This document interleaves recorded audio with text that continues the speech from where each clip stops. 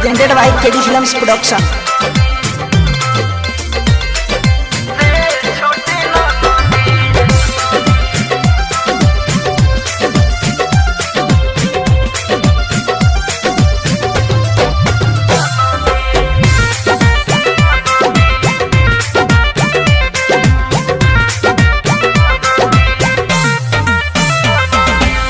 भैया के अपना बुला दो देवर के समझाता हो चोली में खेले रोटी रे छोटी नदी मिले ना दिला रोटी रे छोटी नदी माने ना बतिया हो कर दूरा गतिया हो कर दूरा गतिया चोली में खेले रोटी रे छोटी नदी मिले ना दिला रोटी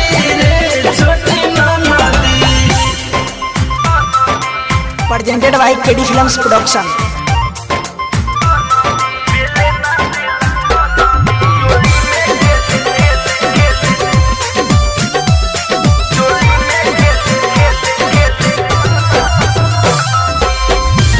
Presented by KD Films Production.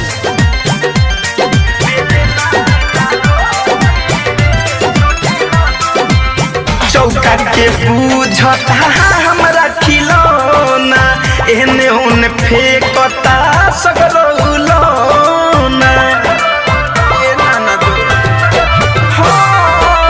चौका के बूझता हमरा खिलौना एहने ओने फेंकता सगरौलौना चूल्हिया में घुसताऊ बोलला पे रुसताऊ बोलला पे रुसता खिचेला धके छोटी रे छोटी नदी खेले ना देला रोटी रे छोटी नदी चोली में खेले गोटी रे ए छोटी नदी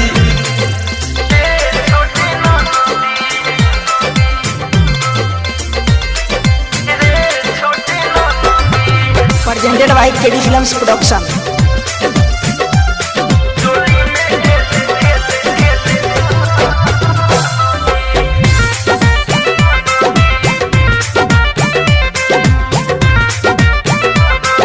Presented by KD Films Production.